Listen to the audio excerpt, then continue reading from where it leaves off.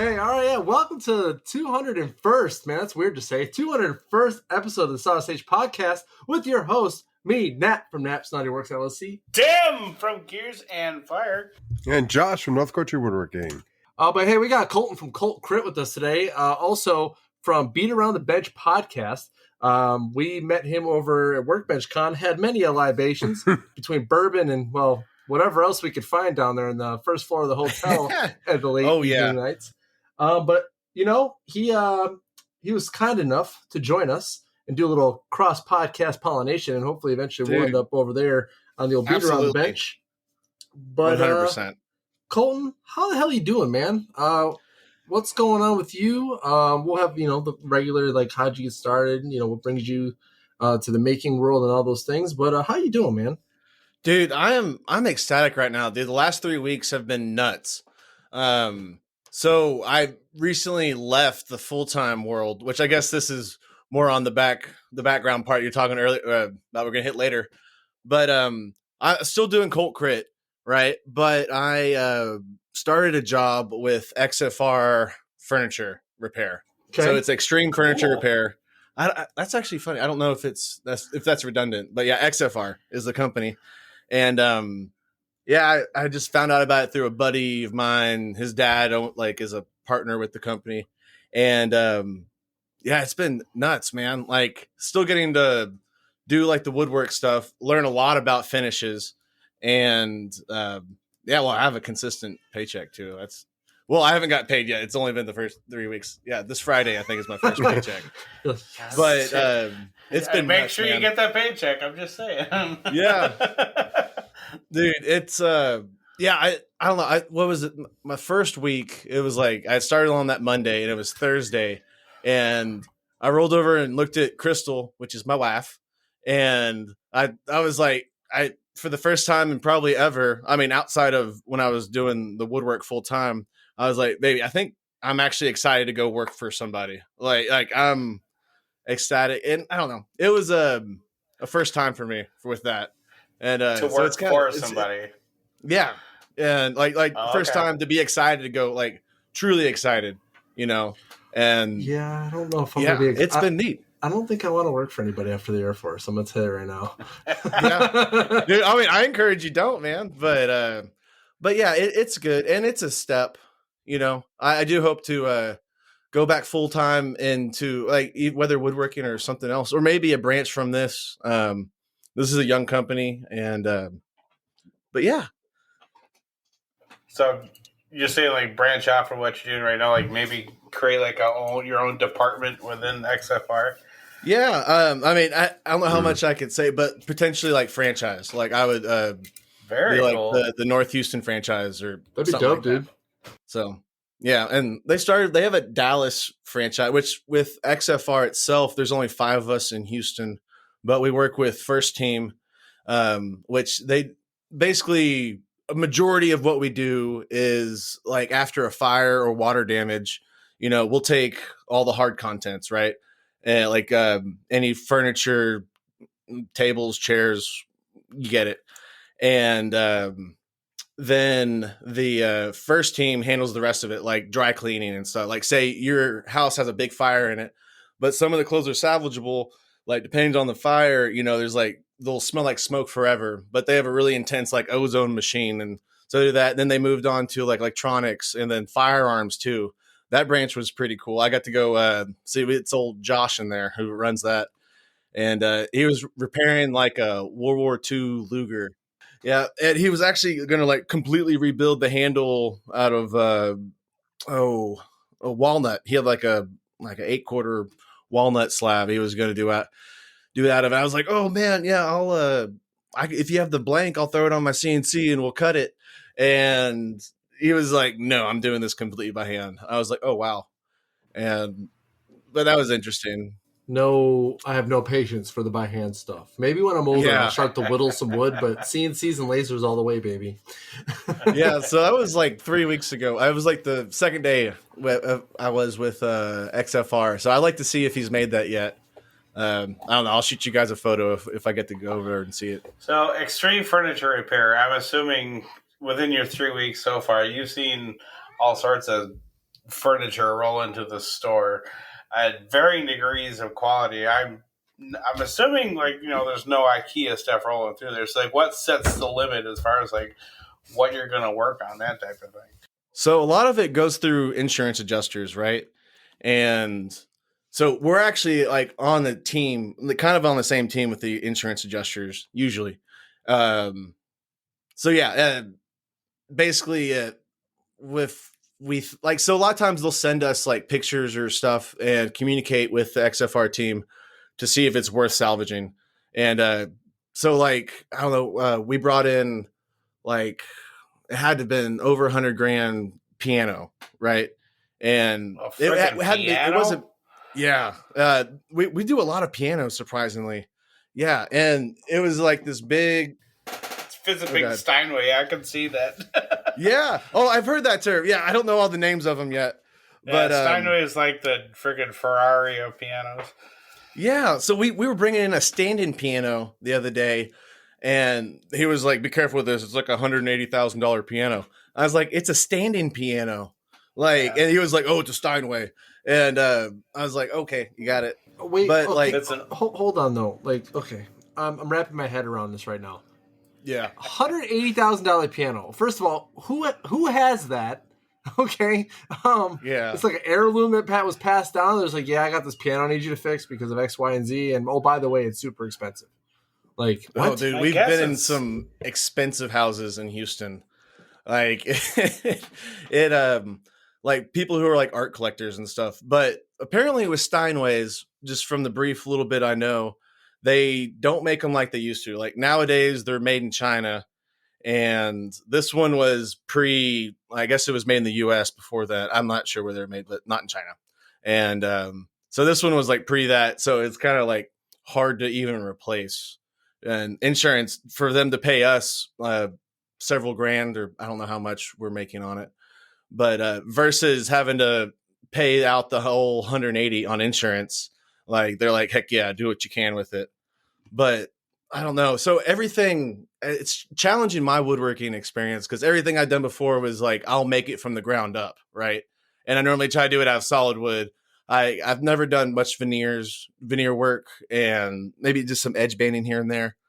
But overall, I like to build it from the start. And when you build it from the start, you can make it look how you want, right? And then now we're coming from the opposite way to where we're taking a project that used to look this way and trying to make it match that. I don't know, Rick, the owner of XFR, he's doing some crazy stuff, and I got to get into we'll take we call it a satin pre-catalyzed just finish, and you'll spray it on the back of a piece of sandpaper, and you'll take dyes and you'll mix it in, and then you'll gradually get lighter with your dyes. It's like art, and you're painting in the grain on where you had to fill a hole. Wow, and it's nuts, man. So it sounds like a lot of stuff I don't have patience for. That's what that sounds like. Yeah. It's like painting with sandpaper. You're introducing new facets to woodworking that the three of us have never even considered. Nope. So. 3 weeks ago, I had not considered it myself. But that's where I think it would be the most fascinating part is, like you said, you start from the beginning. You start with fresh wood. Now, after this, you're going to know how to repair all those old pieces. You're going to be able to incorporate different techniques you'll learn, even if you're starting from scratch. Say you make a mistake or a feature, as we like calling them here. You really are going to know how to get at it and fix things. So, I mean, it's a completely different side of the spectrum. It really honestly, is. I would love to see that side. Well, myself. yeah, a lot of the money seems to be into believe it or not, okay, making custom furniture, making custom whatever, right, is awesome. People do pay decent money for that stuff, right? But then I think more money is in the restoration business, mainly because no one knows how to do that stuff anymore. It's such an acquired skill. There's a lot of old techniques that we typically don't do today unless you're some crazy high-end furniture maker. I have a dresser that's twice as old as I am upstairs, and it needs a lot of work, but I have no idea where to start. The finish on that feels like there's you put a clear on it, but then it's all cracked and stuff. I don't understand this at all. It looks really cool, but how the heck do I duplicate that? You know what I mean? How do I? Well, it sounds like you may need to strip it down and maybe your veneer is what's cracking potentially, or is it solid wood? It's, from what I can tell, it's solid wood. Like, this thing is older than hell. Well, if you do have any questions, I could ask Rick, I guess. I'll say, yeah, right. He's the repairman for sure. But on the other front, it's kind of cool because I have a lot of respect in the shop as from the woodworking side, right? Like Rick is very good with veneers and the finishes, but I don't know. Like, I guess for an example, we have this really old, like ornamental, like bar, right? And it was in a big fire. Like half of it's charred, and like there's like a lip where you would rest your arms, like, but your legs could still go underneath the bar. That's completely burnt off. And I didn't know that they would salvage stuff like this. But then you see the front, and it has all this like 3D carved like dragons and things on it. I'm like, okay, that's why we're like redoing this. But I can't wait for him to set me loose on that one. Let I was planning on doing it. Yeah. Put me in, coach.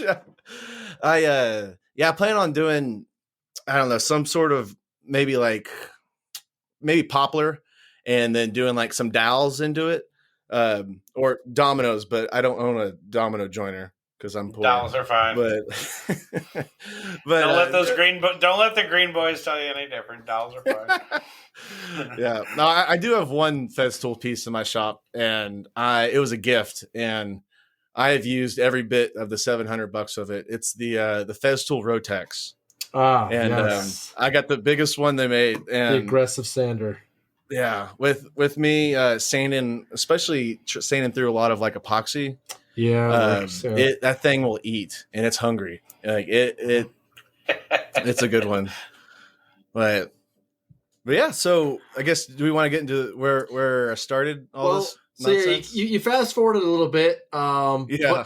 But no, so you said left the full-time thing. Did you mean like full-time woodworking and then just go on to do like what you're doing now, or like full-time so I've been job? Full-time with Coltcrit for about 2 years. Yeah. And it's honestly, it was like God's timing that this opportunity with XFR came up, because I was looking to drive like Uber Eats, which I drive a truck. I don't really think I drive like just regular Uber. So I was going to do like Uber Eats and to support the company, which I was in an odd place, right? So, my big thing right now is cornhole boards, right? As far as like Coltcrit, like I had this, it was a passion project, and I did a process video on it, like 4 months into going full time. I wasn't even expecting to be selling cornhole boards. I was expecting like to do like the charcuterie, and then like resin, like the river tables, and all that stuff. But then I did this process video on making this cornhole board with LED and resins and like a logo in the center and all this stuff for my buddy. And I expected that to promote the rest of the business, but ends up that went really viral on TikTok. And I think whenever people see a cornhole board being built, especially in a weird way, that they assume it's for sale. Right. And so everyone was asking like, hey, can we buy this? And in my past life, I was in sales. Right. And so of course I'm like, yeah, sure. Yeah. And then I very recklessly just threw up a website in 3 days and started directing people to that website. And the sales just started coming in like every single day. It was like $3,000, and sold a ton. And I'd only made one, like not even a full set, just one side of these boards at this point, and had no idea how much of a hole, like production wise, I dug myself. Not to mention I way underpriced. I just kind of threw out a price. It was really reckless. I barely covered material cost, and these boards were taking 20 plus hours to make, not including like dry times and stuff. And yeah, I really dug a hole. I had some guys in my shop come help me out, and until I ran out of money and couldn't pay them anymore. And then I don't know, it was a whole thing. My wife was helping me, and then we both burned out about Christmas that year. We blew up in the summer, and then by Christmas we burned out, but I didn't have the option to quit. Right. And, like I still owe people boards. And so it was really hard for me to like make content, to make, try to sell anything else either too, just because I was in this hole. And then I don't know, it really got to me, man. I learned a lot about myself. It was a really tough way to do it, but I have a saying like, I regret nothing. Right. And it's not because I don't actually regret anything. It's because the mistakes I've made have kind of shaped me to who I am today. Right. And so, yeah, and that's I was in this hole of desperation and, fighting the urge to feel sorry for myself. And even though I'm very thankful everything happened, but, and then this opportunity came along and I realize now how much of a hole I was in. Right. And I can kind of fake it pretty well, like push it to the back of my mind. Like y'all saw me at Workbench Con. Like I wasn't sad and like lowly or whatever. And Tim saw me. You were the opposite of that. Yeah. You were the freaking king of karaoke, my dude. Like you were a rock star. Thanks, brother. I appreciate it. Like holy crap, that guy's still going. Shit. Okay. You want to talk about still going? My man was going till like 4 or 5 in the morning when we were leaving for freaking, back for Illinois. I was like, what is wrong with us? Yeah. Well, someone's got to greet everybody when they're leaving the hotel in the morning. Hey, listen, I more than appreciate it. I felt loved for a moment there, Yeah. Yes. Yeah. Hey, Alex, Josh, y'all are going to Maker Camp this year, right? Did I hear that right? Nope, first time. Should be, as long as podcast, dude. Have y'all ever been? I have not. Dude, I love it. Like I love Workbench Con, right? But Maker Camp, if I had to pick one, I'd choose Maker Camp. Hands down. Nothing like Maker Camp. So I've heard, like this is my first year going this last year. And all I did was I brought in my carry-on like camping gear, right? Just like a tent and sleeping bag and roughed it. Which also I like that a lot because there was even like I got to meet like a bunch of guys in the camping area itself. It's all that I go to Workbench Con for, right? And because like Workbench Con, the classes are great. You can learn some stuff, right? But really you go for the networking for me personally, at least. And like, that's where I met the guys on Beat Around the Bench, right? Last year was our first year. No, not this year, but last year. Yeah. Was our first time going to Workbench Con. And, we went to a dinner. It was like, you want to start a podcast? And I was like, okay. And then just took off from there. But dude, how did y'all meet for y'all's podcast? It's actually, it's a journey. It's Josh's. Go ahead. It's a journey. Josh's story. Oh, you want me to go? Tell So, in a galaxy far, far away, AJ from Crafted NJ and myself started doing lives on Instagram, like every Saturday or Sunday. And after a while, we were doing it, and someone came up and said, "Hey, why don't you just do a podcast?" And with the help with some good friends, they kind of showed us the way, and we started off recording. And it was AJ and I for a while, and then we brought on Nick from NPG Creations. And then after a while, AJ had to leave for personal reasons, and we brought on Nap. I was a trial run. Nick. You were on. You did come on for an episode, and I think another episode, and then we're like, oh yeah, he definitely needs to come on. And then Nick left the podcast, and we were looking for someone else. And Tim had mentioned a couple times he's been on the podcast, and we brought him on. So 201 episodes later, here we are, dude. Also on that note, it's an honor to be here for the 201st episode, and congrats on 200 episodes. That's amazing. We made it. Yeah. Josh, did you ever see this going 200 episodes, man? No, I honestly, it just keeps on going in a good way. Yeah. It's one of those things where like it won't die. There's been times. Yeah, one of those things where sometimes it's like it's hard. You get on here and you knock it out, and other times it's not work at all. We're all here just chilling, laughing, having a good time. Yeah, dude. Talking about the most random stuff at times, which that's really. Hey, rabbit holes are the best, though. Seriously, some of the best. I love it at this point, baby. Yeah. Embrace the chaos, man. Embrace the chaos. Oh, that's awesome. Dude, yeah, especially with the whirlwind of the last year I've had, like the podcast was like therapy for me. Like first off, so we could be. Yeah, we do it with Ross with RNC Woodworking Design and Jess with Jess Build It. And cool dudes. Yeah, they were both at Workbench Con. Yep. I don't think they're going to Maker Camp though. They got fucking obligations. But yeah, I'm still working on them. Don't worry. I'm still working on them. But they where was I going with that? Oh yeah, so they're a lot more experienced woodworkers than I am, right? They've been doing it quite a while. And like not even outside of just like the woodworking knowledge, just like them being like a good backup, and then every week we get to go talk and it's like a checkup, and it's like therapy for me, man. I love it. I really love it. Honestly, when I've listened to the podcast with you guys in it a few times, like I've started at, so believe it or not, I started listening to your podcast. I'm way back from Workbench Con. Nice. Under the worst of circumstances, though. That's right. I mean, you said something about your truck or something, right? No, I flew into Minneapolis and got canceled for the second time, the exact same time of the year, from Workbench Con, because it happened 2 years ago. It's like you learned nothing. Exactly. And then I did the same thing, and they go, "You're not going to get a flight until Wednesday." I was like, "Bro, I'm in the military. I can't stay here. I have to be home." So I ended up driving back, and I was like, "You know what?" I was listening to music. I was like, "Nah, homie, I'm going to listen to Beat Around the Bench." And I started so I had crappy service. So I ended up starting at, I think, episode 18.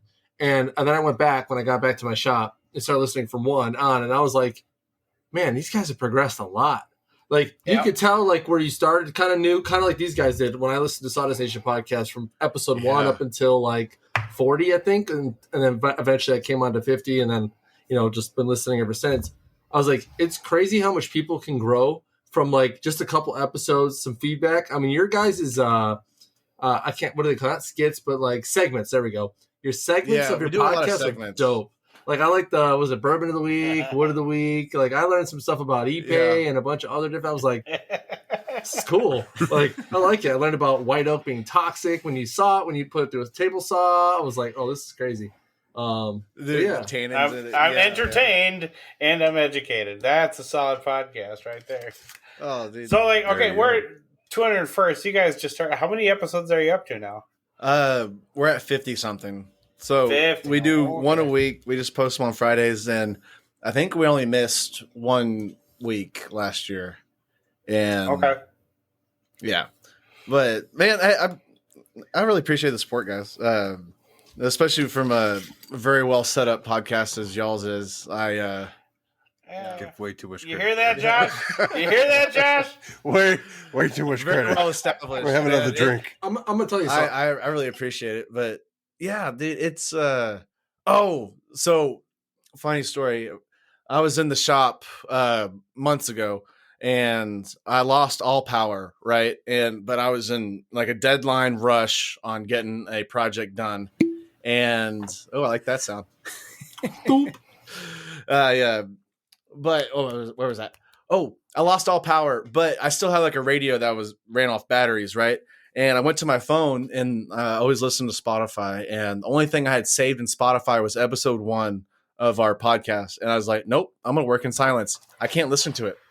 It's too cringy. I can't. I can just hear myself. I'm like, no, brother, I'll work in silence. I'm going to tell you something, man. When you listen to yourself, like I actually stopped, not because I don't like our podcast. I had to stop listening because I hate hearing myself. I really, it's hard. It's hard. I imagine. I always think like I sound like a Kermit off of Wish or something like that. So it's hard for me to like go back and like the great value Kermit the Frog. Consider the content of each episode without getting distracted by the sound of my own voice. So, like I force myself to listen to it every week, but it's not without wanting. Same. Like I have to be in a good mood before I re-listen to our podcast, which I always do because I always want to critique and get better. Right. But I have to be in a good mood. I can't be like feeling down or stressed about anything, or it'll just make it worse. I gotta be in a good mood before I listen. Do you ever shout at yourself as you're listening to the episode? Internally, yes. I cringe. You're like, come on, dude. Why did you say that? What are you thinking? Oh, the worst is... Was that a word? Guttural sounds. Like, come on, Tim, be more handsome. Jesus Christ. Oh, man, the worst is, so, we do trivia on ours now, and whenever, like, there's a blaringly obvious, like, I messed up miter joint the other day. Like, people are even texting me about it. They're like, miter joint. I was like, I know, I blank out. Been there, done that, man. Dude. Been there and done that. Yeah. Early episode. Yeah. Dude, I still blank out, like, on names, and I don't know. So I'd love to try improv one day, because I could make up names. That'd be fun. I'll call in for that. I will call in for that. Yeah, it'd be fun to, like stand up improv. Oh, it used to be my one of my first date go-tos. Is we had this little place here in Houston. It's called Studio Station, I think, something like that. And they would do like improv, and like some of the groups were like brand new. Like you could go do like a few hour class with a group, and then you could perform it. It was a small crowd. It was so small. It was like BYOB. You could go in there with a 6-pack. But it's a little sketchy going up to it, right? It's not a great part of town, and it's like a dark place. Then you go inside, and there's like a little stage and small seating. And it was a perfect first date because I could see if the girl was gonna be okay with the sketch, like I could see if she's down to clown. And yeah, which my wife passed the first date test. Josh, she did great. That's the episode name, Josh. Down to clown. Down to clown. Oh, I love that. Oh man. So let's see. So I did have a pointed question, okay? Because to listen to a handful of episodes, right? I'm way back from Minneapolis to Minot, North Dakota, and you love Ipe wood. Like you have like the Ipe, like the hardwood. Yeah, we talk about it a lot for Ipe. Why do you like Ipe so much? Like, what is your fascination with it? Because I like walnut, and it's just because it's pretty. But why do you like Ipe so much? So I've never actually made a project out of Ipe. I only have one piece of Ipe, and that's because Ross sent it to me. So early on the podcast, we always talk about our projects that we're working on, like what's on our bench and stuff. But he made this big Ipe bench, right? It was an outdoor bench. Ross is up in Chicago, and he said whenever you cut it, it's a very hard wood, extremely hard wood, and it's very good outside. So it's very oil dense, right? Mm-hmm. So whenever you cut it, oftentimes it smells like a locker room. It smells like feet. And he called it his dusty fart bench. That's a sticker. And it's always been a joke, and kind of like, we do a wood every week, right? So it's always been like a base level. So like if we have a wood that's very outdoor rated or very hard, we'll compare it to Ipe. Okay. And it all started with a dusty fart bench. We even made like some like stickers. I have that sticker. Out. Yeah. So that's from the Ipe bench. That's awesome. And but like I remember I was asking him, I was like, the very first time I brought it up, I called it Ipe, and like was seriously calling it Ipe. And they're like, you mean you don't know what you don't know? I mean, it's like paddock, but it's Paduke or whatever you want to call it. Yeah. I call it Paduke. I've heard it called a lot of ways. It's Paduke. We totally, you know what? I think both podcasts need to go through and just like rename everything. Just confuse the. Hey, we can make up some names. I got some maple and some walnut. Some maple. Some splintery red ouchie wood. Yeah. Dude, Josh, what are you sipping on there, brother? Oh, let's see. I grabbed some pre-made old-fashioned from the shop at... Dude, I've had some good ones like that. Knob Creek. Yeah. Oh, nice. So it's all right? It's not too bad. Yeah. I mean, it's always better when you make it yourself or, at a bar. But yeah, well, sometimes. I've made some bad old-fashions, man. Up here in Wisconsin, like bourbon oldfashioned is the way to go. Oh, yeah. It's a very up north Wisconsin. Well, I'll take a bourbon old... So I always try to... I do a cocktail with the whiskey every week, and we always try to... I try to match a cocktail with it now. And like sometimes like it'll be like a Canadian whiskey, and like I don't know what to do with this. But so I'll do like a maple syrup. Exactly. Yes. I'll do like an old fashioned, then I'll take some of my wife's like hippie syrup. When I say hippie, I mean like sugar-free, natural, whatever, in a fancy bottle. And I'll take some of that and replace the simple syrup in the old fashioned. And splashes granola and shit. Yeah. Yeah, so some hemp seeds or something. Yeah. Why does it smell like patchouli? Goddamn. Oh man, dude, I did a interesting one. It looked terrible, but it tasted pretty good actually.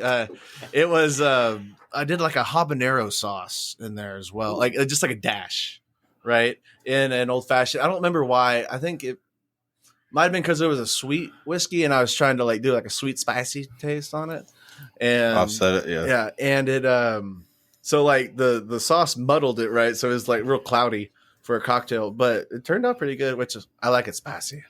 It doesn't have to look good. It doesn't have to look good. It just has to taste good. You're not there to impress people. You're there to get shit faced. But no, I started going fancy with some of the cocktails, like but you know what? I do not like vermouth. And I realized at first that you were supposed to refrigerate it and that I was drinking basically sour wine. But I don't know. I even bought a fresh bottle, and I'm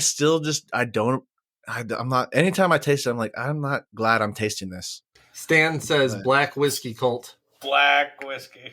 Black whiskey. Wait, which that's that's like the distillery. Well, so he said, or so I'm waiting to hear if Colton brings up the black whiskey finger, and then he goes black whiskey Colt. So maybe there's rapport between you and Lost State of Franklin Woodworks. Oh! We're supposed to bring that one on. Yes. We still got. So Ross picks our whiskey every week. We got to get that going. Oh wait, did we do the black whiskey yet? Oh shoot! Like I said, I blank out on these things, man. I really do. It's hard to keep track, man. Oh yeah, beat me to it. Stan says he could drink you under the table. Well, good luck. Hey, when I mentioned those dark times, man, they were dark times. Yeah. The whiskey of the week barely made it to Thursday. I'll say that. Yeah. Well, with that, how'd you get started woodworking? Let's turn this coin around. Oh yeah. Let's get off drinking. So I got started woodworking kind of untraditional way. I really, really wanted to. I was obsessed with an e-commerce company, right? Like it was whenever Shopify was blowing up. This is probably 7 years ago, maybe 8. I don't know. I should have counted, but I had this ridiculous idea that I couldn't get out of my head, and so I started trying to make it. It's have y'all seen the boards where they? It's normally in the shape of a state or a Greek letter, and you push like bottle caps into it, right? I was like, I want to do that, but with Copenhagen can lids, right? You know, like snuff can lids.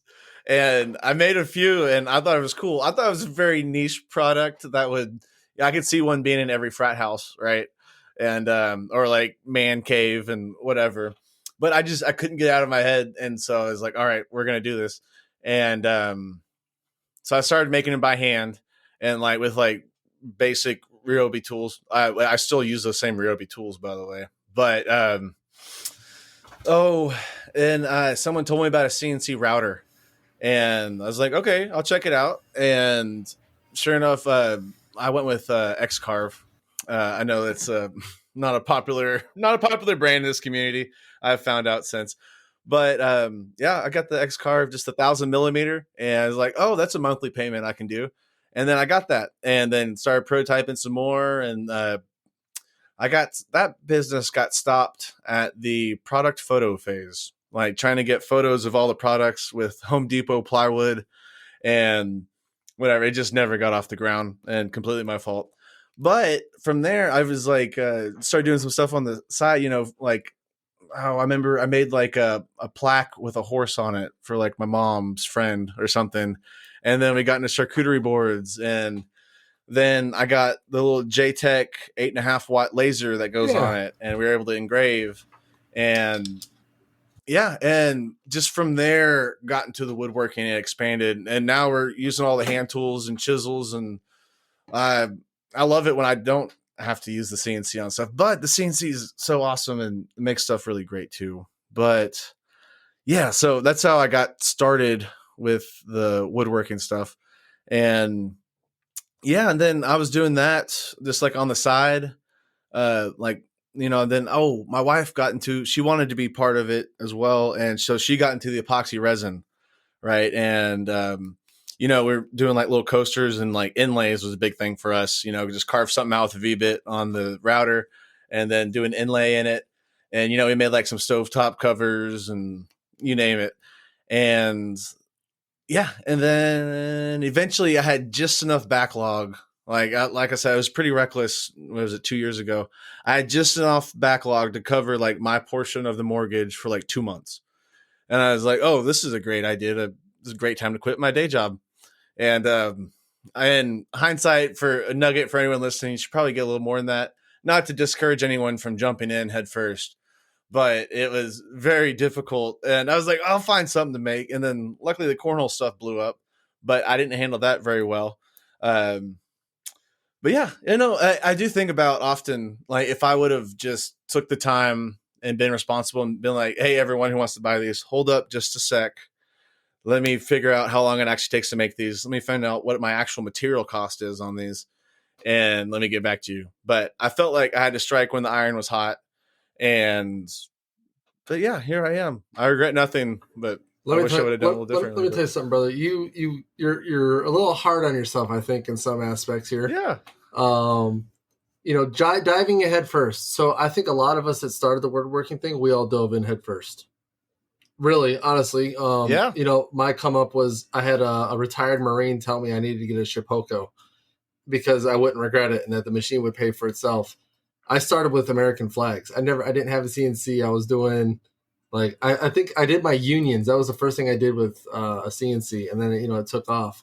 And I'm gonna tell you, when you said you got burnt out, oh yeah, I was in San Antonio. I was burnt. I'm telling you, I worked my 60 hours, in the military, and then afterwards I'm working another 60 off duty. And dude, you were doing 60 like woodworking on top of 60. Yeah, and it was get her done. It was rough, dude. Like I'm telling you, right, I'm actually. There were many times, and Josh and I had these conversations between our arguments as brothers, because me and him are two Polacks that argue about the dumbest of things. But I literally almost quit. I've almost quit woodworking. I've almost quit the podcast. I've almost done a lot of that because, to be 100% honest with you, I was burnt out, and sometimes I still am now. I still I don't know why I haven't learned my lesson. I still put myself in positions where I'm on tight deadlines. For example, I have 2 podiums to make, and they're little baby podiums or trophy things. And I got to send those out Thursday and hope they get there, before Saturday or before next week, Monday. I'm going to finish them tomorrow. Yeah. Yeah. Josh. Yeah. Your face says it all. That's about how I feel right now. Now I'm just realizing my stuff. And, I got a 3D shadow box to make, and I've got to have that done by May 7th. And, I had a design and, I accidentally saved over it. So I have to start over now. And, oh no. All that's the worst, man. Having to redo something you've done, but yeah. But so when you say you dove in head first and the cornhole boards took off, whatnot, it happens to the best of us, man. And honestly, you will get your cornhole boards done and you'll be back in we'll call it a better place. Right. And then you may even pick it back up again with better knowledge and, experience behind it. So, I mean, we all learn, like you said, you regret nothing. No regrets. No regrets. No regrets. Not even a single letter. I should get that tattooed somewhere. That would just don't do it right here, okay? Don't be like Scotty P. Yeah. And we'll make the backwards. What is it? Oh, the regret. We'll make the E that's in the wrong place like a saw blade or something. Nice. Yeah. There you go. Yeah, we'll all get it. Yeah. Sawdust Nation right there. sounds like Maker Camp. Yeah, if this gets 100 likes, we'll do it. No, what happens at Maker Camp may or may not stay at Maker Camp. No such thing. No such thing. Nap, I really appreciate it, man. And it sounds like I'm hard on myself, but really, it's not like I'm being actual hard. I'm just at this point, I've gotten a little better at being honest with myself and just kind of looking back on where I went wrong and why. And so I don't say that shamefully.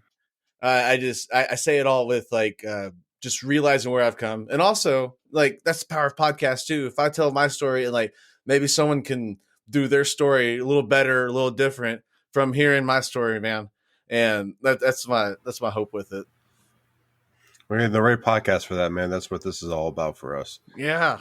Oh, dude, I've been listening to y'all. Oh, also, that's another thing with this new XFR job. I have like an hour commute. Sometimes if I leave at the wrong time, sometimes longer. And so I've been able to catch up on my podcast, and I've started with y'all's most recent ones, and I'm caught up to now. But do y'all think, where should I start? Should I go start back at ground zero, like episode 1? 200 episodes, man. I'm just saying. Maybe whenever. Nap, when did you start?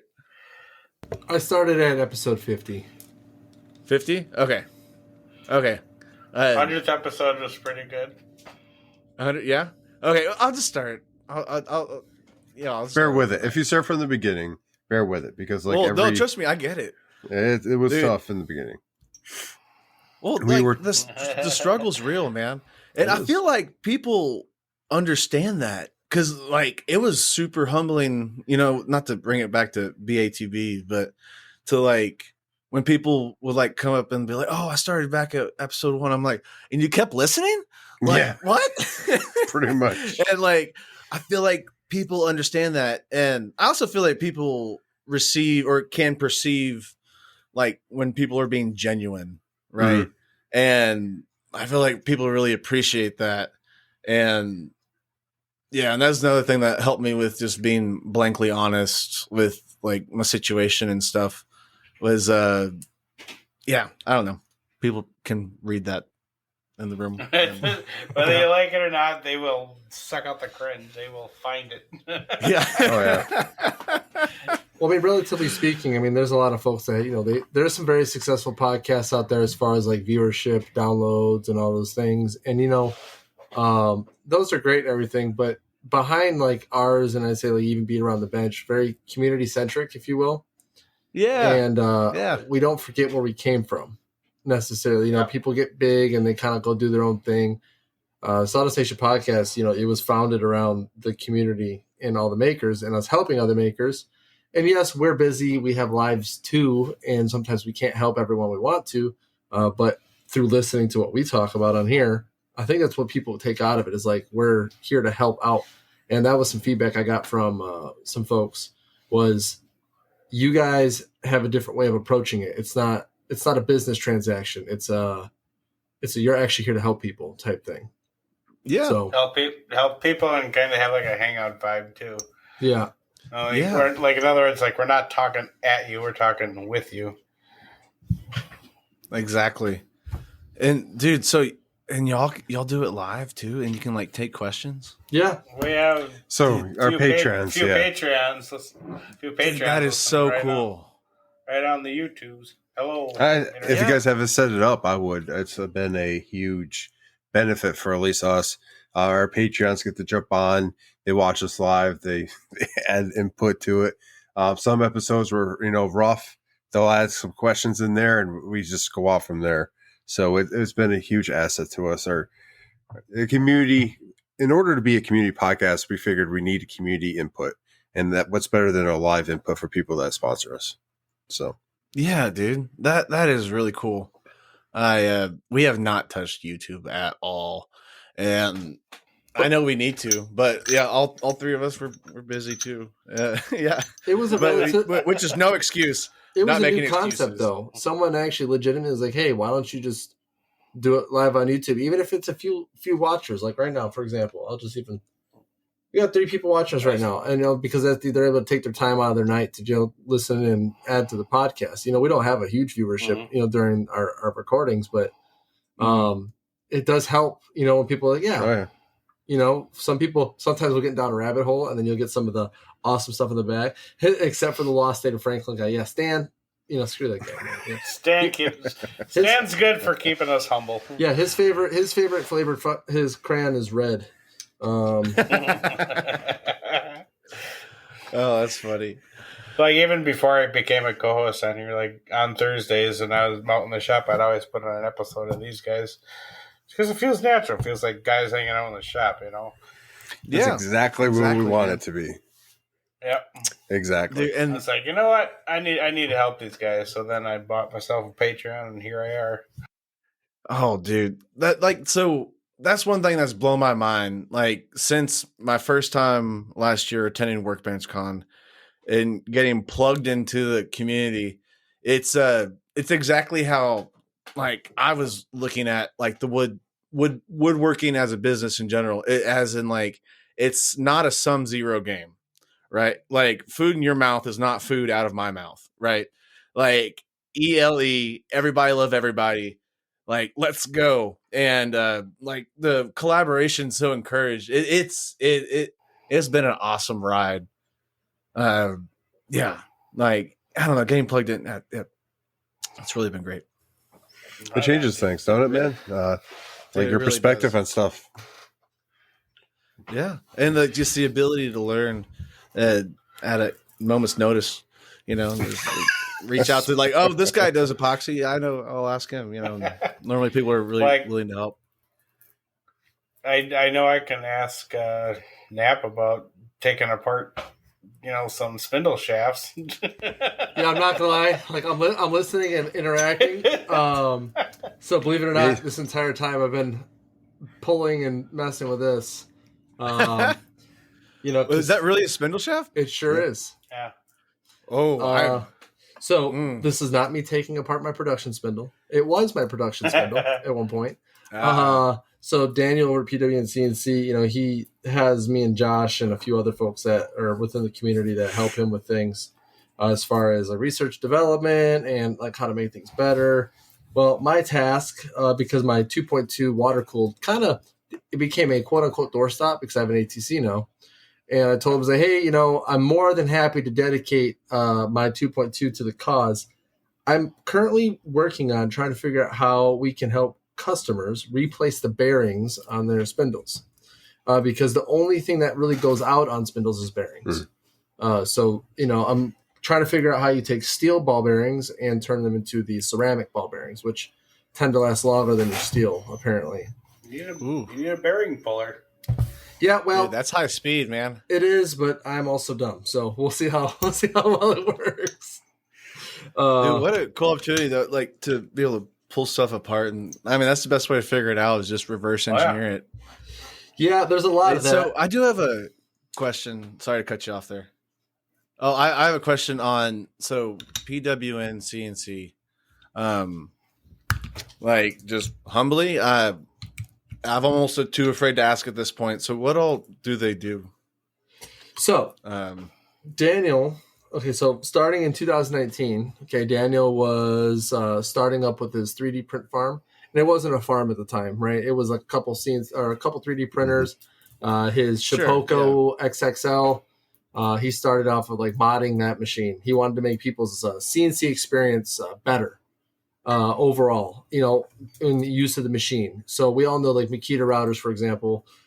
Those were awesome back in the day. They still are for the most part, but the spindles upped the game. But before he ever got into spindles, he was making dust boots, because one of the key things in someone's shop is dust collection, and so he started that with his Shipoko, and that's Do you think he makes a good one for like the X-Carve Pro? He makes dust boots for all machines. For a friend. Yeah, like I would love to replace my crappy dust boot. I've already chewed through like half of it too. So Daniel started with a tangent. Shipoko and X-Carve. So he bought an X. Like there was a time Daniel had 9 CNCs or something in his garage, building accessories for them. Like he had his X-Carve suspended from the ceiling. That's like how he stored his CNC. That's pretty cool. Yeah.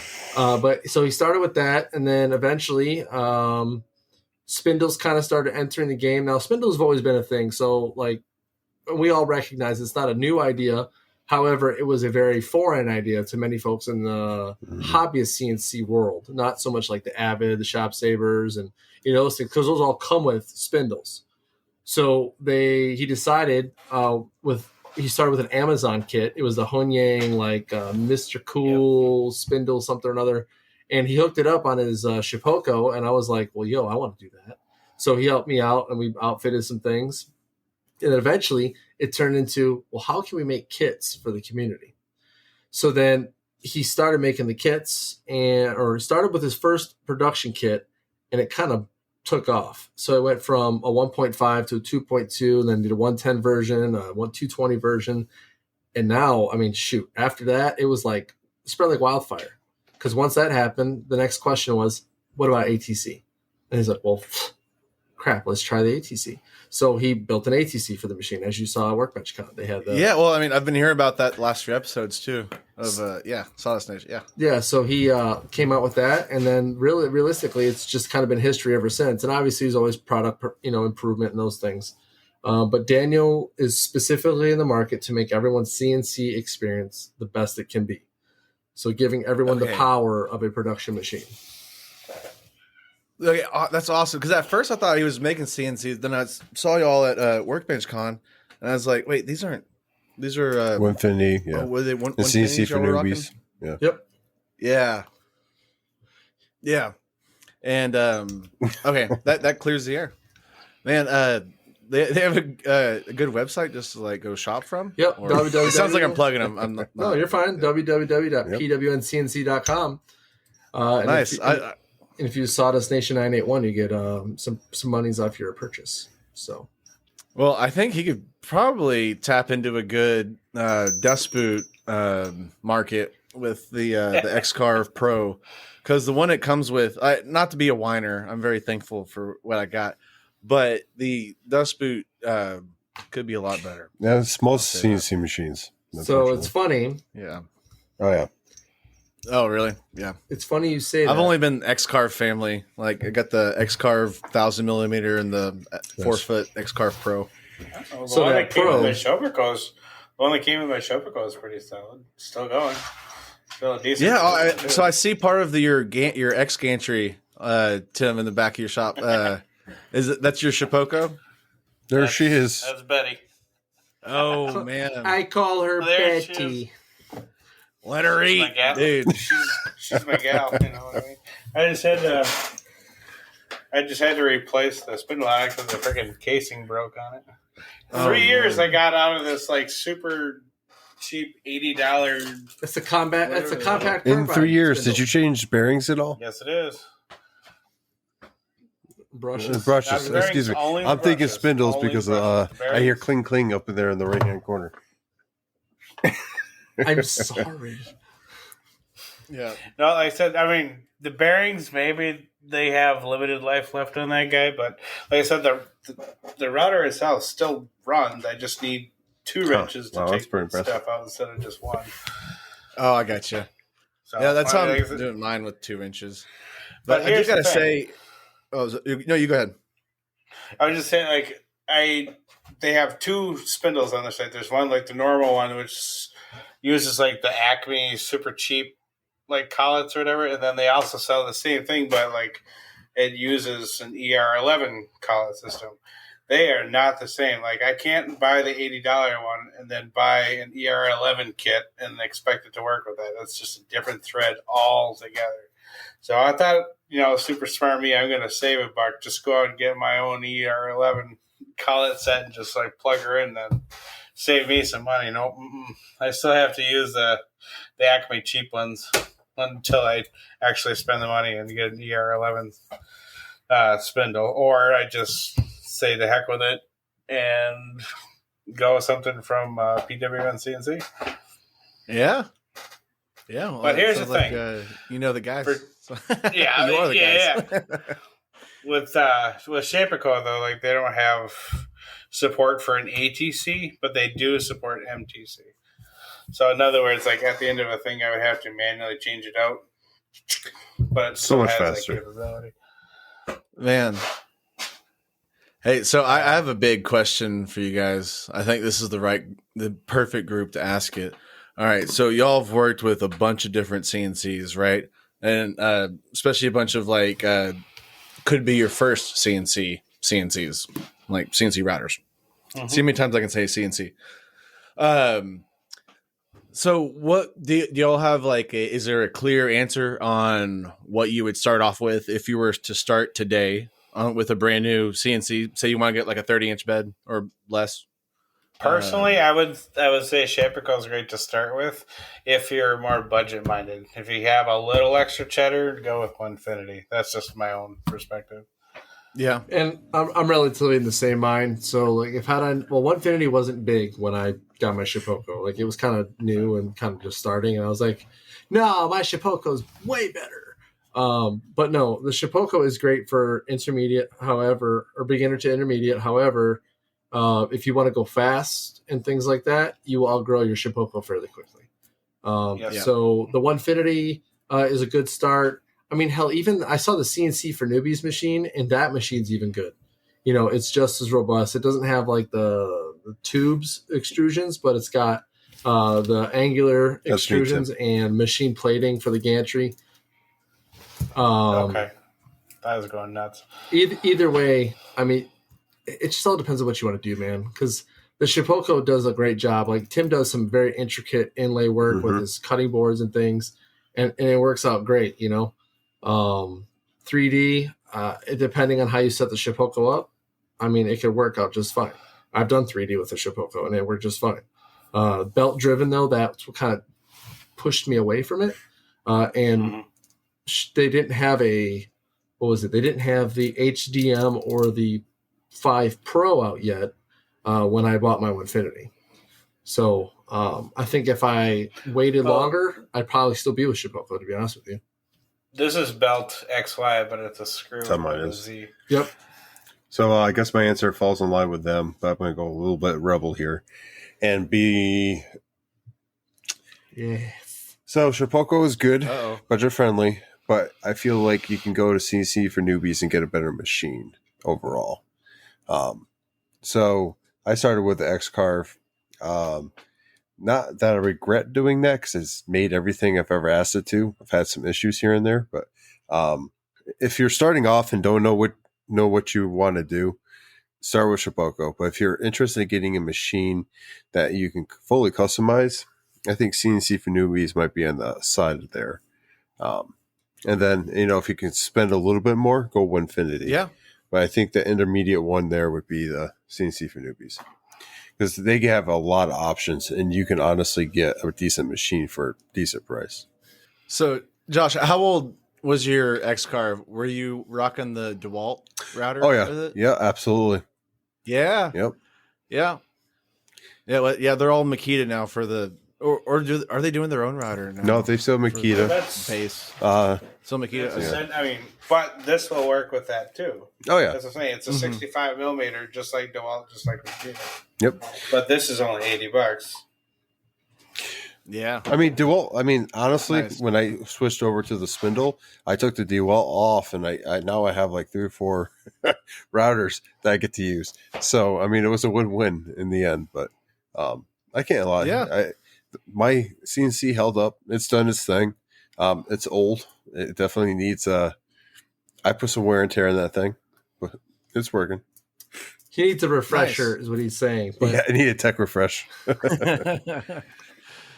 So, which leads me to my next question, which I have been slow to get onto. I know I need to, but I just haven't had to, and if that makes sense, is software, right? So I'm still using Easel, right? And I've gotten good at the workarounds. Like usually I'll draw my stuff outside of Easel and then import it in. And, Easel's it's very basic, 2D, which they've now advanced it to like they have they have 3D now. Yeah.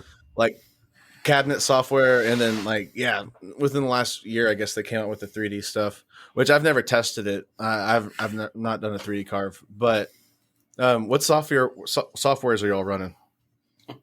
A back of the truck version of Vectric. Oh, I'm on big swinging, baby. Yeah, Vectric Aspire, and I ended up because I bought 11.5 late enough. I got 12 for free. They actually were allowed. They allowed for certain folks to get a free upgrade if they just bought the 11.5 version of Aspire, which I had just recently bought. So, yeah, I'm doing a Vectric Aspire. I'm still in the 11 though. I haven't upgraded to 12. So I'm on software for newbies. So, hey, what am I missing out on by staying with easel? Like, I can tell you because I actually transitioned between the two, and I could explain this fairly well. Easel's not a horrible program. The fact you have to pay for it per month is the horrible part, especially if you're not on your trial period. Yeah, I pay for it annually, but okay. It's still not free. Yeah, same. Yeah.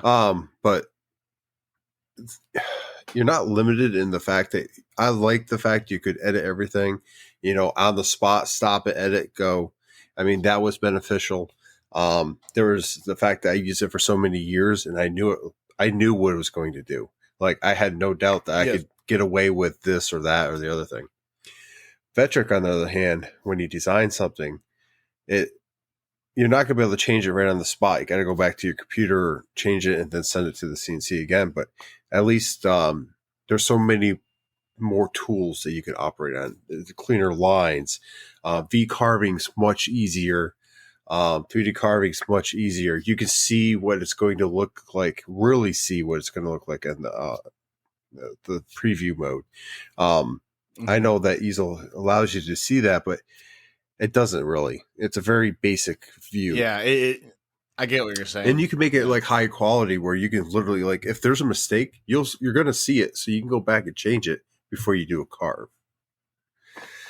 In that aspect, you can also download feeds and speeds and utilize those in your library. Unlike easel, you have to input them manually, and I felt like I was making up my own with a mixture of what they're supposed to be.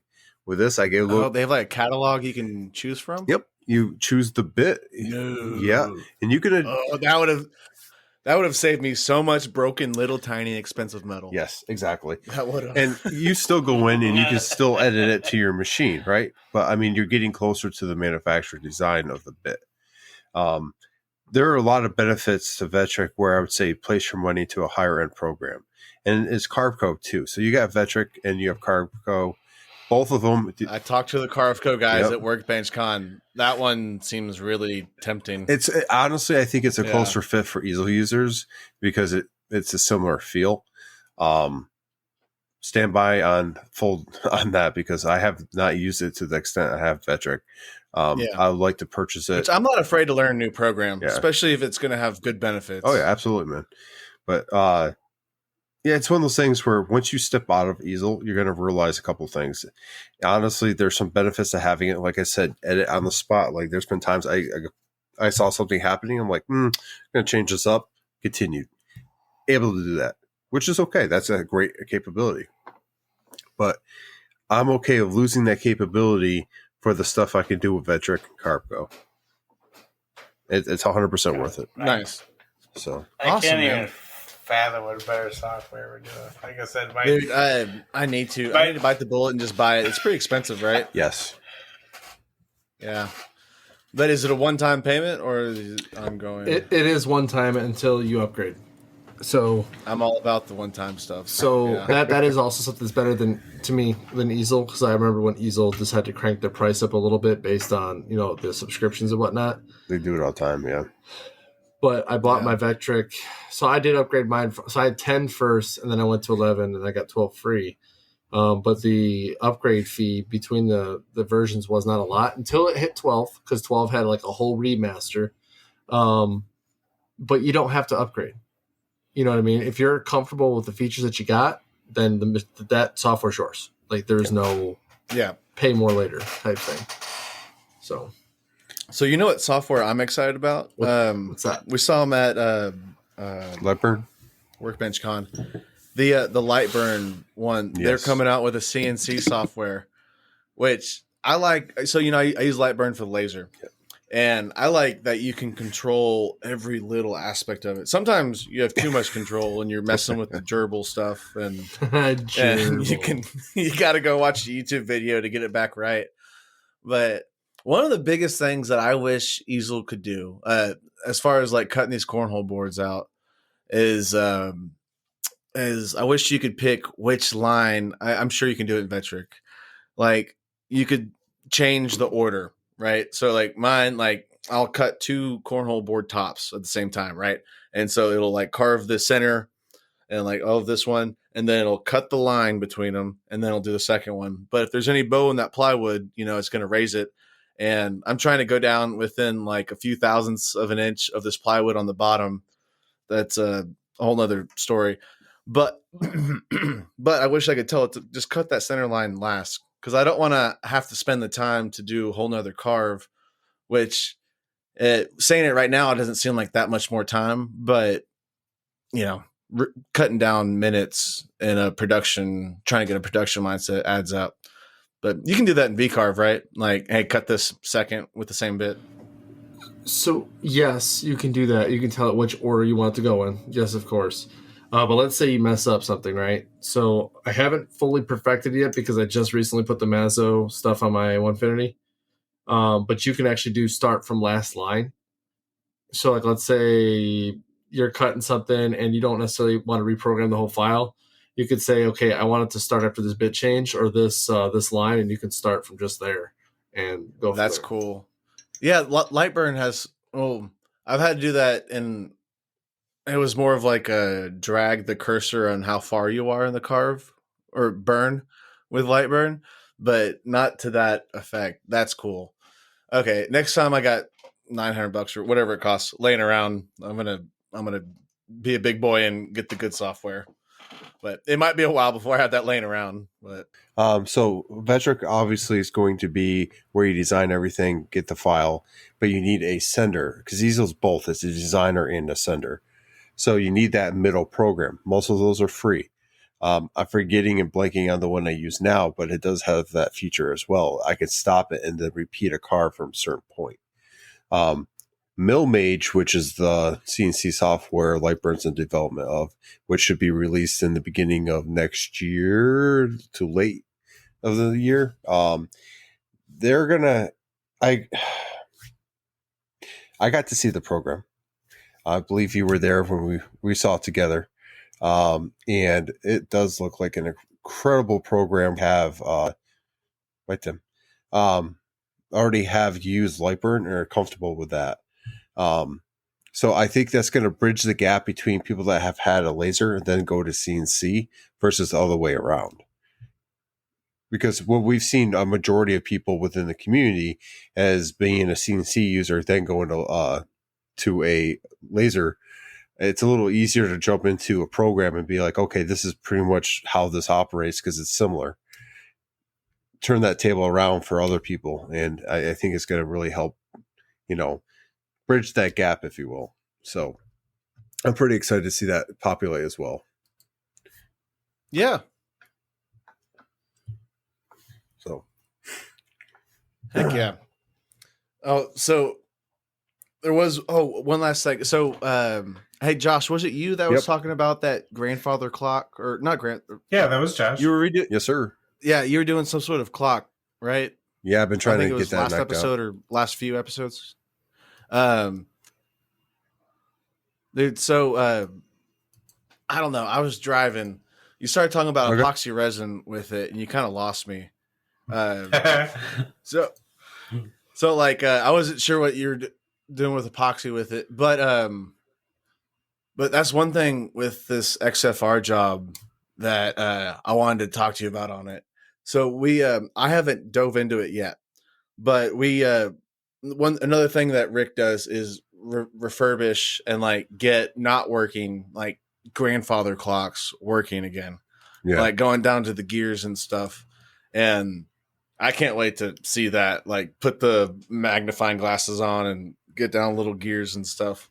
So my project's a little different when it comes to that. I actually, it's broken up into two pieces. I broke the whole clock apart. It's to simplify it. Nap and I destroyed the thing. Kept the bottom half. That's going to be a decor box. And then I'm taking pieces throughout the clock and making it into a smaller clock. And the epoxy that I was talking about is going to have some of the gears and whatnot in there. With that's going to be the face, and the clock hands are going to be on top of the epoxy, and that's going to be encased in the wood that the clock was made in. So it's going to have some new elements with some old elements from the original clock. Dude, that's anytime you're working on something like I'm sure for the customer it's very meaningful, right? Yes. Like something very meaningful, and especially when you're dealing with epoxy, it's hard to get second chances with epoxy. Yeah, you don't on something like that. I don't want to talk about second chances with epoxy. That is a intimidating project, man. That is cool. Yeah. Yeah. Epoxy's a whole different animal. Yeah, listen to Epoxy Nightmares. I'll tell you all about my exothermic reaction. It was great. Oh, I got a good one. So, Nap, you told me you may or may not ask about my worst project ever, and it's from an extreme exothermic reaction. It was actually the project that gave me the courage to quit my day job and go into the woodworking stuff. I was I had this like 13-foot slab of sunken cypress, like they estimated it had been under the water for like 120 years in Louisiana, right? And we wanted to do a waterfall table with it, right? And in hindsight, I would have done it totally different, but it's not here or there. But on one of the, so we're doing like just a flood pour epoxy on it, and then there was several corners where it like fed off like the wood did, and we were building out those corners with epoxy resin, right? And so like I built these like dams, if you will, with I guess it's like acrylic, like from Home Depot, and like just attached it and siliconed it, and I had probably 3 inches I was pouring. And I had seen, in hindsight, it was so ridiculous. Like I had seen all these pours, like where people just like pouring gallons in there. You know, I was like, oh, great. And I had the total boat thick set, right? Yeah. Which really you should pour like what goes up to 2 inches, really, inch and a half. Yeah, I think it's like that. Like quarter of an inch to inch. I just went ahead. Yeah, I probably overstirred it, honestly, and I just dumped it in all 3 inches and like maybe a 5x5 section on this corner. And then I start doing other stuff in the shop. And then all of a sudden it starts like smoking within minutes, like literal smoke. And this was Nap. It seems like you like to burn the midnight oil too, but this is about 4 a.m. and I was really trying to finish this project. And I'm like, holy crap. And I run into the house. My wife was asleep on the couch. This was a weekend. And, I'm like, Crystal, wake up. We're going to burn the house down. Oh, and like I run to the silverware drawer in our kitchen and I pull out 2 old forks and I just go in there because I knew I was going to have to tear all this epoxy out. And I start digging at this epoxy, trying to get it out. And luckily I was able to get a handful of it out, but then I had to go back with a Dremel and just millimeter by millimeter just take off all this epoxy without trying to ruin like the natural edge of the board. And it worked. Took a lot of time, but that was by far my worst project. Man, I thought my shallow pours were scary. Jesus. Yeah, you can't go to Home Depot and get a 120-year-old piece of sunken cypress. Yeah. Nope. It was almost a huge mess up, but we made it good. But one like silver lining, one like so a few of the chunks, it was coming off in chunks at this point, right? The resin was, and we saved one of them, and it kind of looked like a crystal almost, like I guess crystal's the best word for it. And it sits on Crystal's desk, and she keeps it there, and it kind of looks fancy, but it's just kind of like a subtle reminder of like whenever you think the sky's falling, like it ain't that bad, right? Yeah. Nothing as bad as trying to set your garage on fire with epoxy. Yeah. Never done that before. But yeah, then I was like, oh, you actually have to read the bottles of chemicals before you use them. No, rules are like guidelines. Videos. Yeah. It's like just pour it and send it. Yeah. I mean, they are guidelines. You can push them, but you at least need to know what the initial guidelines are. Maybe don't double the initial guidelines. Well, pour it and send it. Yeah, you just gotta send it. Yeah, just send it.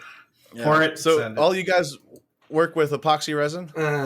Yes. I hear it. Yeah, I do some stuff. Not as complicated as these guys.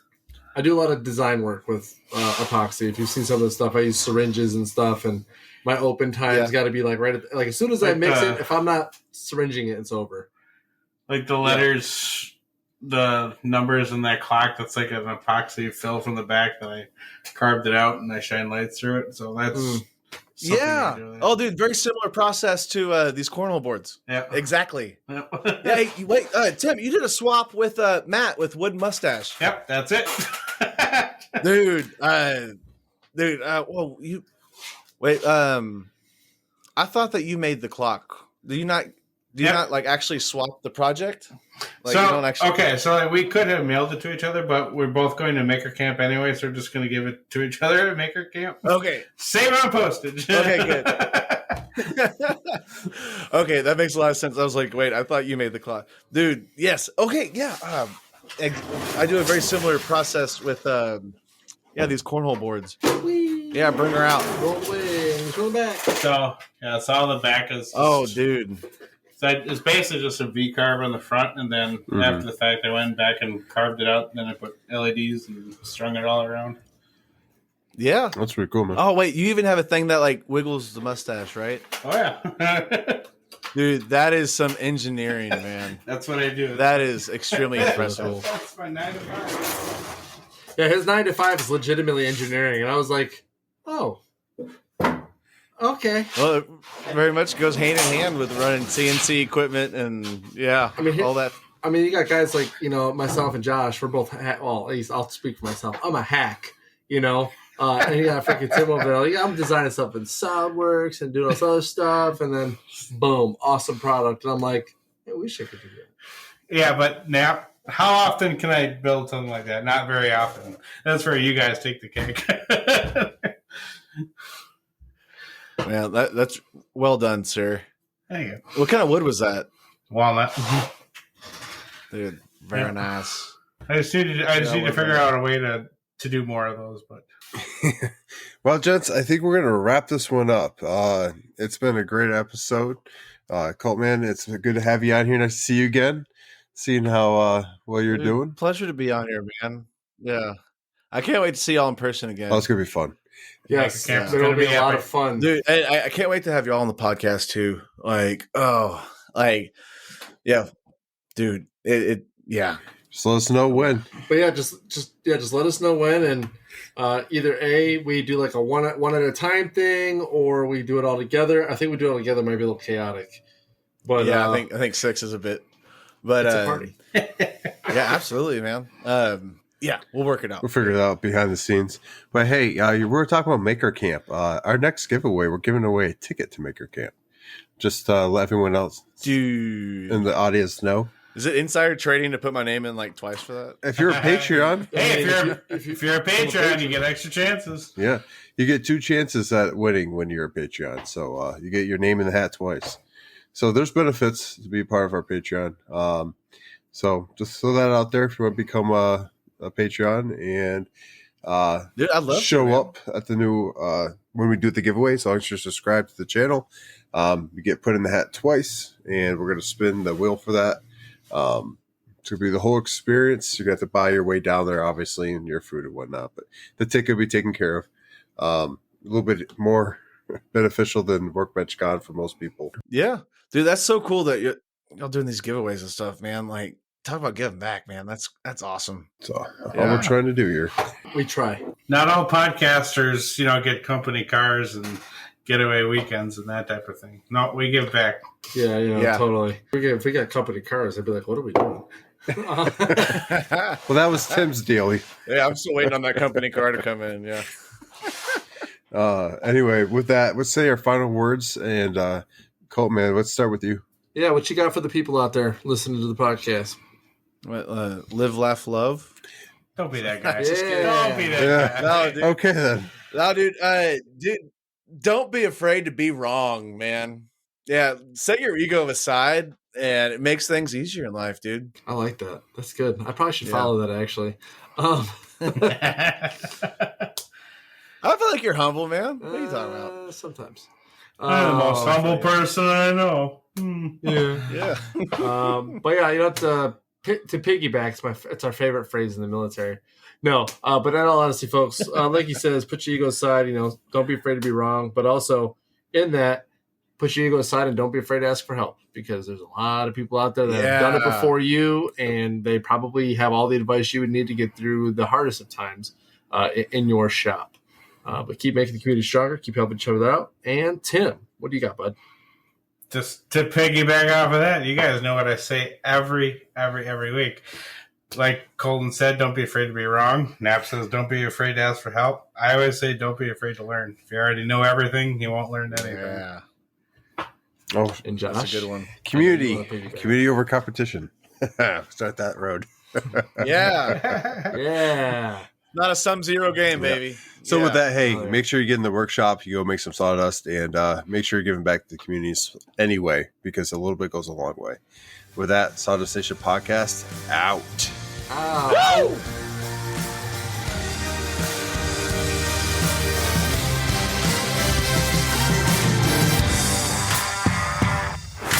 Hey, I was on time with you that time. Let's go. It's like I've done this once or twice. Oh, did my move miss it? It's all right. No, so that was a funny thing about the podcast in the past was they kept trying to do the Sawdust Nation podcast out like together. It never lined up. Nick was always lagging behind. Like AJ and Josh would be on it, and Nick was like, "Wait, what? Oh, ow, oh, yeah. Oh shoot, I should. Oh, I should have been more prepared. Maybe I should finish those episodes more often. I'm just kidding. No, I always make sure to finish. Yeah.